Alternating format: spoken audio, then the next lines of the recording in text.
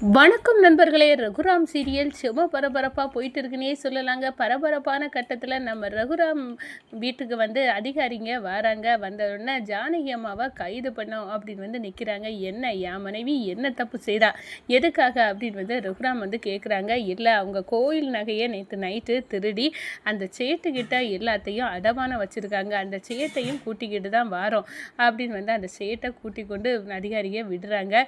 உடனே ஜானகி அம்மா நான் ஒன்றும் செய்யலை அப்படின்னு அந்த இடத்துல நிற்கிறாங்க.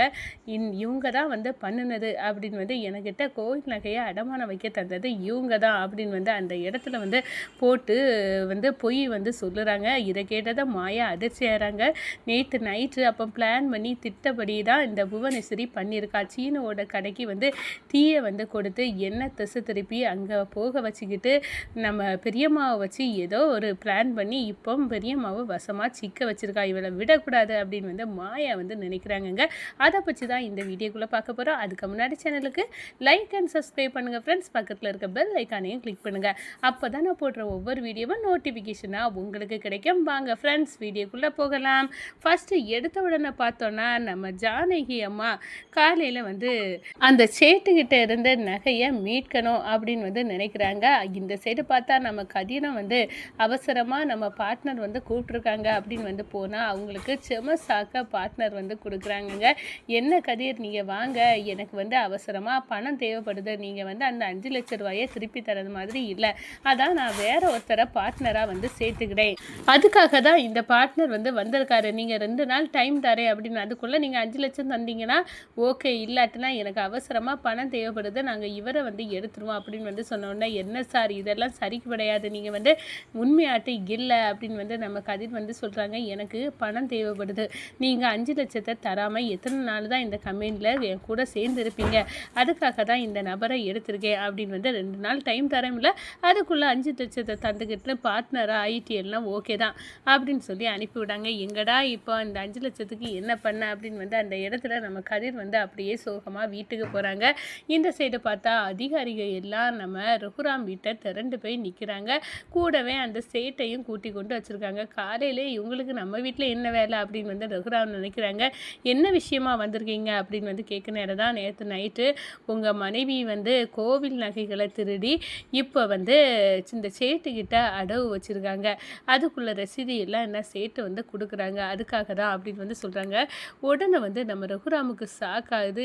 என்ன என் மனைவி இப்படிப்பட்ட வேலைகளெல்லாம் செய்யக்கூடிய ஆள் கிடையாது அப்படின்னு நினைக்கிறாங்க. நம்ம ஜானகி அம்மா அடடா, இப்படி ஒரு இதை புவனேஸ்வரி தான் இதை சிக்க வச்சுருக்கணும், இப்படியெல்லாம் நான் பண்ணவே இல்லை, இப்போ என்னடா பண்ண அப்படின்னு நினைக்க நேரம் நம்ம மாயா எனக்கு இப்போ எல்லாமே தெரிஞ்சிட்டு, எல்லாம் புவனேஸ்வரியோட வேலை தான், அவள் தான் திட்டப்படி நம்ம பெரியம்மாவை வசமாக சிக்க வைக்கிறதுக்கு தான் இந்த வேலையை பண்ணியிருக்கா, இல்லாட்டுனா இப்படி சீனோட கடைக்கு தீயை வச்சு எண்ணெய் திசை திருப்பி அங்கே போக வச்சுட்டு பெரியம்மாவை வசமாக இங்கே பெரியம்மாட்ட திருடின நகைகளை கொடுக்க வாரே அப்படின்னு அந்த ஆள் சொல்லி அவர் கோவில் நகையை ஆட்டையை போட்டுட்டு போயிருக்காரு அப்படின்னு அந்த இடத்துல மாயா எல்லா விஷயத்தையும் புரிஞ்சுக்கிட்டாங்க. அதே நேரத்தில் ரகுராம் ஜானகி நீ நேற்று நைட்டு கோயிலுக்கு போனியா அப்படின்னு கேட்க நேரம், ஆமாங்க நான் போனேன் அப்படின்னு சொல்ல நேரம், அப்போ எதுக்காக போனேன், அப்போ இவங்க சொல்லதெல்லாம் உண்மையா அப்படின்னு அந்த இடத்துல கேட்குறாங்க. ஐயையோ, நான் அதுக்கு போல, எனக்கு நகையெல்லாம் ஒரு திருடை திருடிட்டு போயிட்டான்,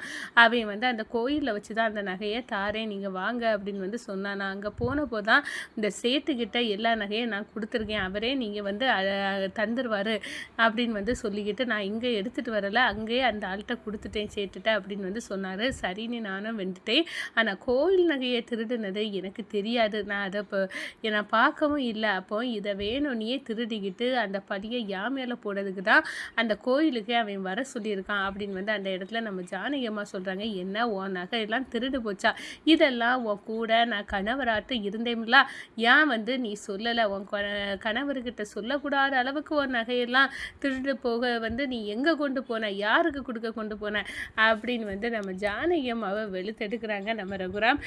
என்ன அப்போ தான் சொல்கிறாங்க, என் பொண்ணு பெரிய கஷ்டத்தில் இருக்காங்க, நம்ம கதிரந்தனாவும் அவங்கள பார்க்கறது அதுலேருந்து மீட்கிறது நம்ம பொறுப்புலாங்க, அதுக்காக தான் நான் அந்த தனாவை காப்பாற்ற தான் அந்த நகையை கொண்டு போனேன்.